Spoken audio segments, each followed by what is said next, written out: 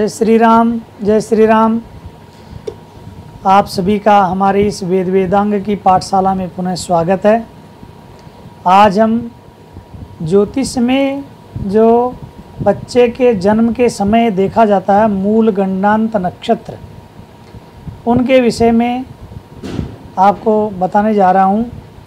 देखिए, ये खूब प्रचलन में भी है, अधिकांश लोग इस विषय में जानते भी हैं कि बच्चे का जन्म मूल में हुआ है और ये अलग अलग नक्षत्र हैं।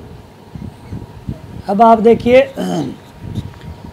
इनमें इनको देखने का एक सरल तरीका मैं आपको बताता हूँ। कई लोग इसमें भ्रम में पड़ जाते हैं, कौन सा नक्षत्र है याद भी नहीं रहता।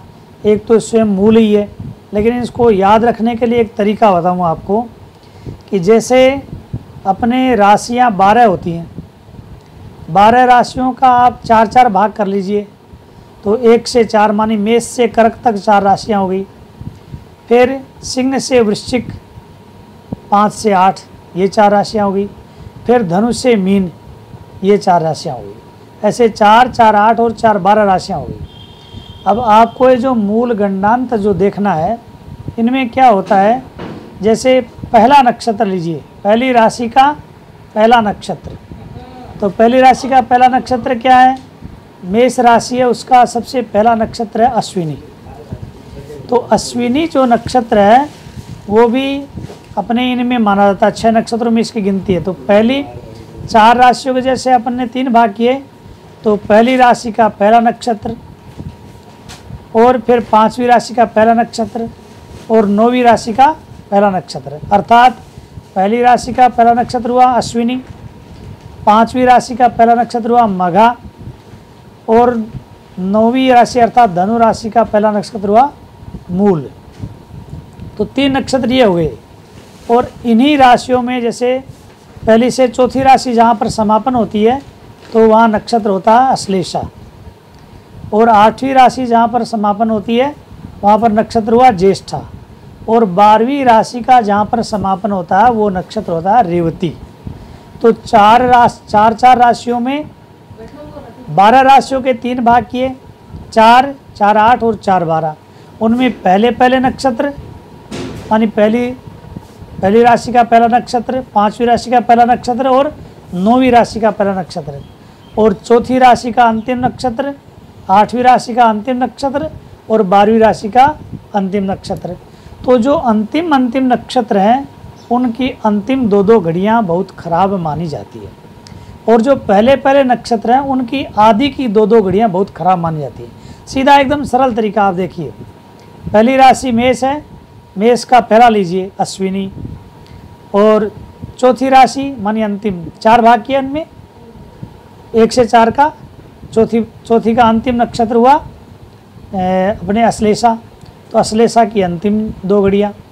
फिर 5वीं राशि शुरू हुई तो मघा नक्षत्र, मघा की आधी 2 घड़ियाँ, और फिर 8वीं राशि हुई अपने वृश्चिक, तो वृश्चिक का अंतिम हुआ ज्येष्ठा, तो ज्येष्ठा की अंतिम 2 घड़ियाँ। फिर धनु राशि अपनी शुरू हुई तो धनु का पहला नक्षत्र मूल, और धनु का जो अंतिम नक्षत्र है अर्थात मीन का वो है रेवती, तो रेवती की अंतिम 2 घड़ियाँ। तो आप ये क्रम से 6 नक्षत्र हुए। जब 12 राशियों के अपन ने 3 भाग किए तो 4-4 राशि के 4, 4, 8, 4, 12 3 भाग हुए। उनमें पहले भाग का पहला नक्षत्र और अंतिम नक्षत्र, दूसरे भाग का पहला नक्षत्र और अंतिम नक्षत्र, तीसरे भाग का पहला नक्षत्र और अंतिम नक्षत्र।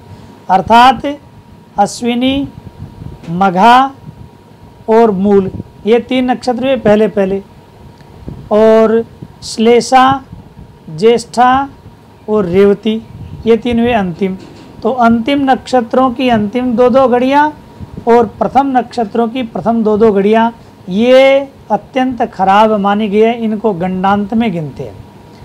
वैसे पूरे नक्षत्र को भी जो है ना इसमें दोष में माना है, तो इसलिए इसको नक्षत्र शांति करते हैं। जब इन नक्षत्रों में अर्थात इन 6 नक्षत्रों में किसी बालक का जन्म होता है तो उस बालक के लिए नक्षत्र शांति करवानी चाहिए।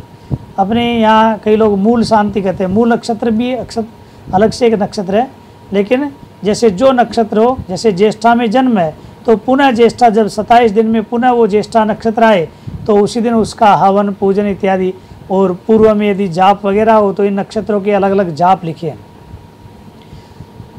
28,000 मंत्रों का जाप, फिर उसका दशांश हवन, तर्पण, मार्जन, ब्राह्मण भोजन, ये नक्षत्र शांति है, उसमें नक्षत्र की मूर्ति इत्यादि बनती है।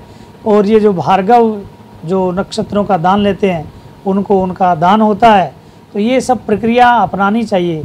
ये सब नक्षत्र शांति करने से बालक के जो जीवन में आने वाले कष्ट हैं वो सब दूर होते हैं, क्योंकि इनके नक्षत्रों के चरण हैं और चरणों में जन्म के हिसाब से वो नक्षत्र पीड़ा करते हैं। जैसे पहला चरण, दूसरा चरण, तीसरा चरण, चौथा चरण, कई चरण जो है ना अपने आप को खुद को कष्टकारी होते हैं, कई माता को, कई पिता को, कई ननिहाल पक्ष को, ऐसे इनका अलग अलग फल है, वो मैं आपको अगले वीडियो में बताऊंगा।